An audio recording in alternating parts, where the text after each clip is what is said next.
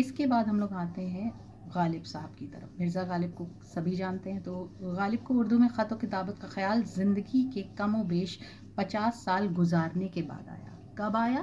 جب ان کی زندگی کے 50 سال گزر چکے تھے.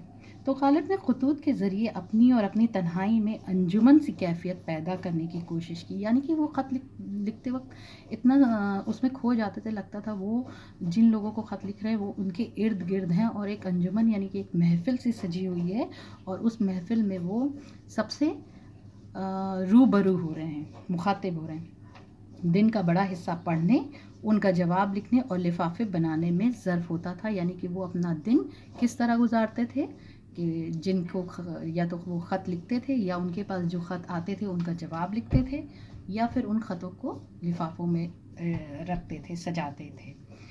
اور غالب ان اہل بزم کو اپنے دکھ درد میں شریک کرتے، یعنی اپنی ہر حال، اپنی ساری خیریت، اپنی ساری پریشانیاں انہی خطوں کے ذریعے اپنے جاننے والوں کو، اپنے رشتہ داروں کو، اپنے پہچاننے والوں کو، اپنے چاہنے والوں کو، اپنے مریدوں کو، اپنے شاگردوں تک ان خطوں کے ذریعے وہ پہنچاتے تھے.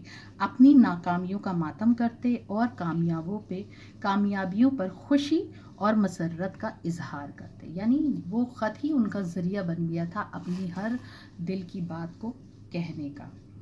یہی نہیں، غالب اس بزم میں شریک ہونے والوں کی خوشی اور غم خود پر بھی شریک رہتے. یعنی کہ دوسروں کی اگر ان کو کوئی مشکل پتہ چلتی یا کوئی غم کی بات پتہ چلتی تو وہ ان کے ساتھ بھی اتنا ہی شریک ہوتے ان کے غموں میں جتنا وہ چاہتے تھے کہ ان کے غم میں کوئی شریک ہو.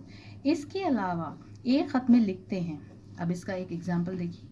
ایک خط میں غالب صاحب لکھتے ہیں، میں کوشش کرتا ہوں کہ کوئی ایسی بات لکھوں جو پڑھے خوش ہو جائے. یعنی وہ اپنے خطوں کو ایک ذریعہ بنائے ہوئے تھے لوگوں کے بیچ میں خوشی بانٹنے کا، لوگوں سے ایک کنیکشن بنائے رکھنے کا. تنہائی سے شاید ڈرتے ہوں گے، اسی لیے وہ خط و کتابت کے ذریعے اپنے غم کو بانٹتے تھے.